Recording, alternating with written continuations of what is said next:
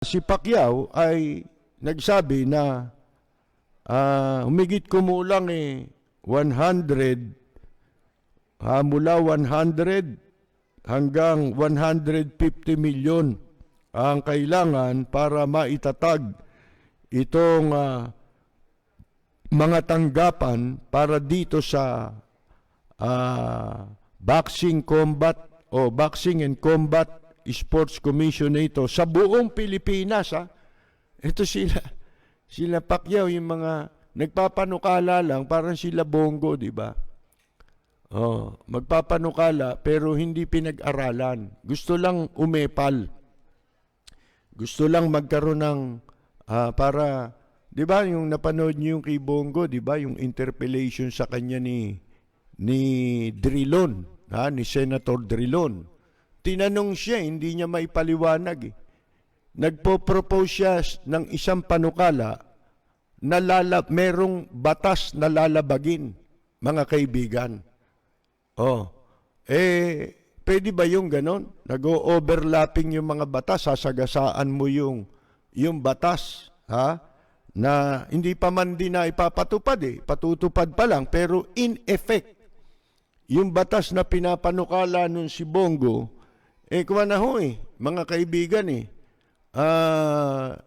anong tawag dito? Saklaw na yung sinasabi niyang ibalik sa national, yung mga ospital.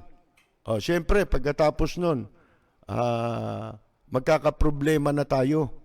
Kasi, na yan meron ng batas na nagsasabing ang mamamahala na ng mga ospital na gusto niyang maibalik sa national, local na.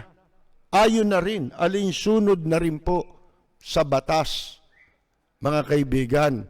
So ngayon, eto naman si Pacquiao, pare-pareho sila. Natatandaan niyo si Freddy Mangongopia Aguilar. Hindi rin niya alam kung ano yung sinasabi niya. Yan ang hirap. Dito, kitang-kita ng dalawang mata natin ang liwaliwanag na itong mga ito, mga walang karapatan sa gobyerno. Lalo pa magpapanukala ka ng batas. Nakakahiya po Mabuti pa nung sinaunang panahon lalo na nung ang mga senador pa noon matitino mga kagalang-galang May mga senador din na kulang ang educational background. Minsan nakakatawa, pero yung intention nila malinis. Kasi yung pagpapanukala ng batas ngayon, ano lang yan lukuhan yan Diba? Ang dami yan ang ginagamit nilang achievement, accomplishment, pagka yung kakandidato na naman, pag may eleksyon. Sasabihin, ito anyang si senador na ganito, si congressman ganito, ang mga accomplishment nito, sinusulat nila yan, di ba, dun sa mga pinamumudmud nilang babasahin, mga pamphlet, mga kung ano-ano, igagawa nila ng kanyan, isa-sensationalize nila yung walang kabuluhan. Ito anya ang author ng panukalang batas. Panukala lang Ang dali. Diyan naman, kahit ano ipanukala mo ipanukala mo na magkaroon ng hiwalay, na tasa ng kape. Halimbawa, yung tasa na mayroon pang kaliwa. Pag kaliwete ka, kailangan ang tasa mo pang kaliwa. Pagka kanang ka umahawak, kailangan ang tasa mo kanan, pang kanan. Di ba? May pang kanan, may pang kaliwa. Kahit yun ang ipanukala mo, mga kaibigan, tatanggapin yun Yung bill na yun Tapos, pwede ka mag-privilege speech. At doon ka natatanungin, doon ka na rin mapapahiya. Kamukha ng ginawang pagkakalat nitong dalawang ito. Si Bato, isa pa yan, di ba? Tuwing magkakaroon ng investigasyon tungkol sa kalupitan ng mga pulis, sa hanay ng kapulisan, mga kalupitang nangyari, mga paglabag sa karapatang pantao, katulad nito, kamakailan, mga karahasan na involving itong mga pulis, mga law enforcers. Di ba, pangalawang inkwentro na kamakailan nangyari sa pagitan na naman ng PIDEA at ng Philippine National Police. O, dyan lumalabas puro gago itong PNP tsaka yung PIDEA. Sipin mo, laki ng ginagastos na pondor yan para sa intelligence. Pagkatapos, pinaglaruan pala sila ng isang bilanggo. Na yung bilanggo na yun, nakabilibid sa isang national penitentiary dyan sa sa Mindoro, hindi ako nagkakamali, di ba? Penal colony dyan sa Mindoro. Nakakulong dyan, no? Ngayon, ito ang nagdrawing, nagtip dun sa police, gano'n. Ito'y lumabas na sa ayon na rin, alinsunod sa investigasyon ng National Bureau of Investigation.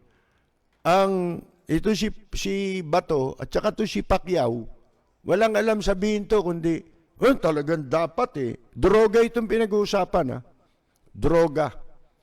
Lagi nilang iginigiit, yun anyang death penalty, yan. Pero sa totoo, mga kaibigan, hindi naman sila sincere para dun sa reimposition. Pagbalik ng hatol na kamatayan. Hindi sila sincero doon. Pero bakit nila sinasabi yun? Para ma-divert ang issue. Para masabing galit sila sa droga. Yun ngang batas. Hindi pa nga ganong kalupit. Hindi naman nila na ipapatupad yun Alam naman ninyo yan, di ba, na maraming drug lord ang nakalaya dito. Yung talagang mga big time. Wala na yan lahat yan, bigla na lang naglaho. Nakalabas ng bansa o hindi hinuhuli. Yan lang ang istorya niyan, iisang istorya. Patapos, pag kami naganap na mga ganyang karahasan, madudugong inkwentro, mag-iimbestiga Senado para sabihin lang nila, yan na nga ba sinasabi? Parang sirang plaka, paulit-ulit lang, ibalik ang death penalty. Para, una, may masabi sila, hangaan sila ba? Ito pala hindi sila pag-isipan. Hindi ba? Diversionary tactic. Ngayon, katulad nitong pinapanukala din ngayon ni Manny Pacquiao na talagang desidido na tumakbong presidente. Mga kaibigan, kawawang bansa ito. Sipin mo, ang mga bihikulo na ginagamit nila sa pagtakbong presidente, panloloko. Ito, Philippine Boxing and Combat Sports Commission. Yan. Nagagastusan ng 100 to 150 million.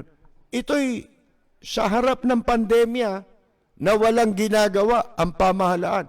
Hindi nila ginagamit ang kanilang kapangyarihan para itulak ang executive kasi nasa legislative sila para puwersahin, kumilos ang executive. Pwede nilang gawin yan. Di ba? Maging matigas ang Senado para igiit ang tulong na kailangang ibigay ng pamahalaan para sa mga mamamayan, especially mga mahirap. Hindi yung sektor-sektor ang gulo Di ba? Ngayon, ito panukala ni Pacquiao. Pero siya'y tinanong,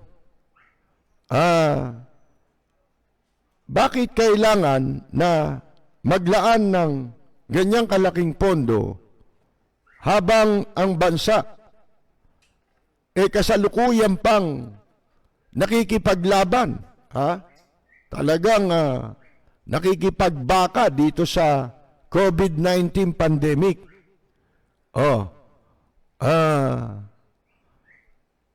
Dapat talaga meron din mga protection. Alam nyo, yung kasi mahirap dito Kailangan para maibigay ang sa katotohanan lang, kahit maipasa mo yung batas na yan, baliwala rin yan. Kasi nga, ito'y kasangkapan lang Sipin mo, gaano katagal si Pacquiao sa pagiging mambabatas bilang congressman at senador. Pero naisip niya ngayon lang ito, tulungan. Yung mga makatutulong daw ito. Nagpapanggap. Katunayan si Pacquiao, paulit-ulit ko rin sinasabi dahil alam niyo naman ang mga botante, malilimutin yan Di ba? Lalo na pag nakahawak ng pera yan, galing sa politiko, kunyari, parang si Digong nyo. Di ba?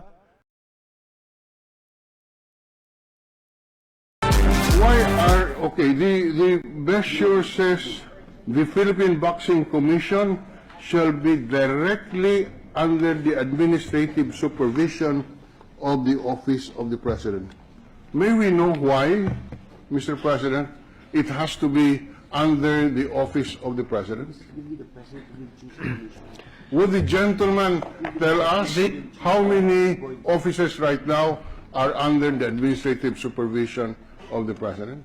Under this, the members under this bill, Mr. President, there will be seven members.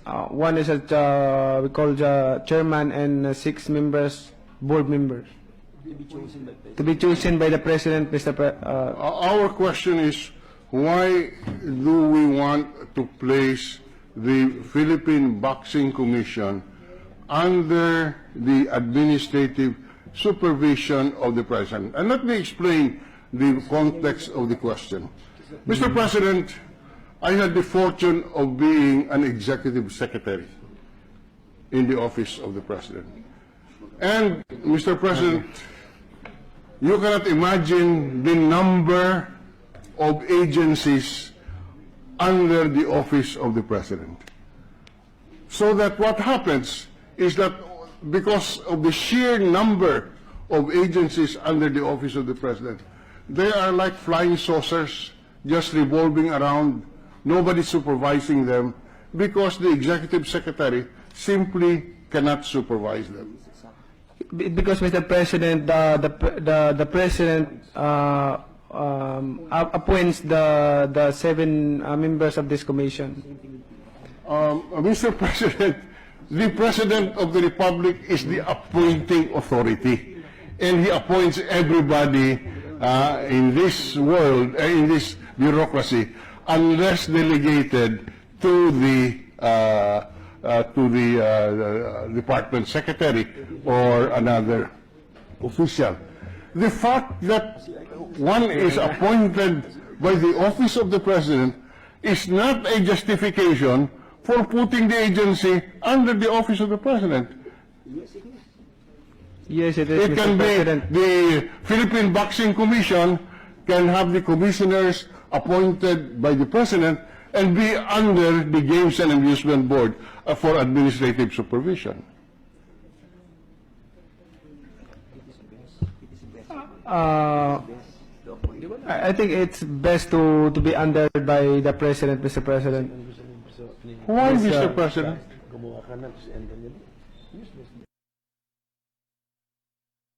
Anak ka ng pu. Anak ka ng pu. Anak ka ng pu. Yun, mga kaibigan. Ang tanong ho ni Drilon, bakit kailangang ilagay sa ilalim ng supervision ng kapangyarihan ng presidente itong iniisip mong itayo na agency? Ano ang sagot niya?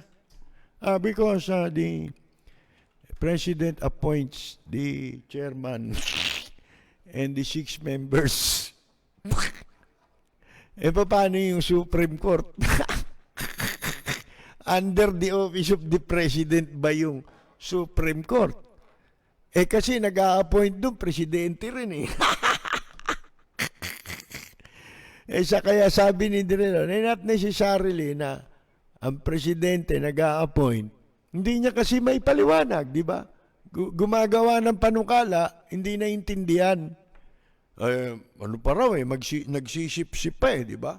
Kay Digong nyo para under ito kumbaga parang PAGCOR, di ba? Under the office of the President. Mga kaibigan, tinatanong siya bakit kailangan. Ang sagot naman niya, because the President appoints the chairman and the members of the board. Mga kaibigan, hindi na may paliwanag eh. Si Drilon din na nag-interpellate. Nung araw, may mga senador na tayo na hindi na ganong nakapag-aral. Tulad si Amang Rodriguez, di ba? Pero magaling yun kasi ang intention niya malinis. Wala nga siyang gaanong, tulad niyan, yung tinanong si Amang Rodriguez noon tungkol sa law of supply and demand. Parang ano ngayon yan, yung bakuna, di ba? Walang supply, malaki ang demand, di ba? Yun, yung law, mababa, ang supply, malaki ang demand. Pagkakaintindi ni Amang Rodriguez, batas yun. Kaya sabi niya, let us repeal the law. Akala niya batas yung law of supply and demand. Yung law of supply and demand, ibig sabihin nun, ano yun natural yun di ba?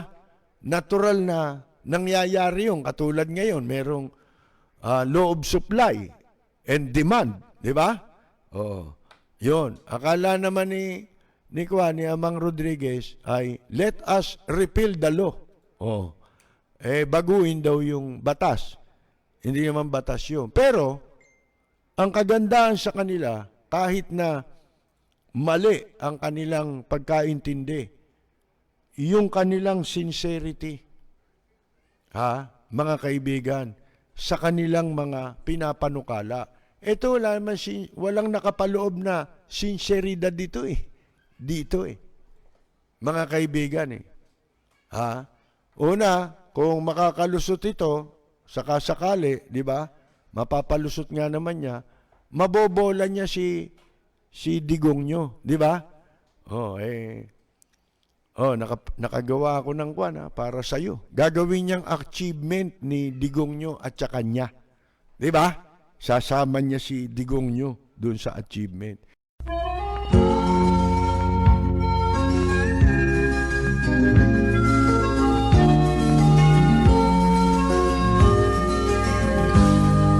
Sa bayan ko ay isa ang lahi. Dito'y wala ang pagkukunwari. Hindi padagaig, sadyang kilala sa daigdig. May pagkakaisa sa bawat nais. Ang bayan ko'y punong-puno ng yaman. Bakit ito'y kailangan pang iwanan? Hindi nga ba't anong sarap mabuhay ng buong ganap? Sa bayan mo, sumabit man yaong wakas. Dito sa bayan ko, lahat kami pantay-pantay. Walang nang aapit, ang pag-ibig ay tunay.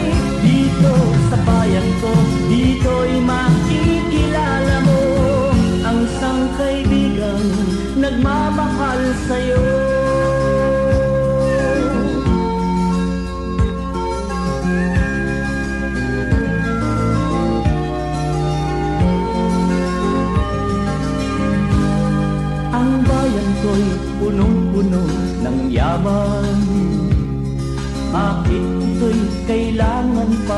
iwanan.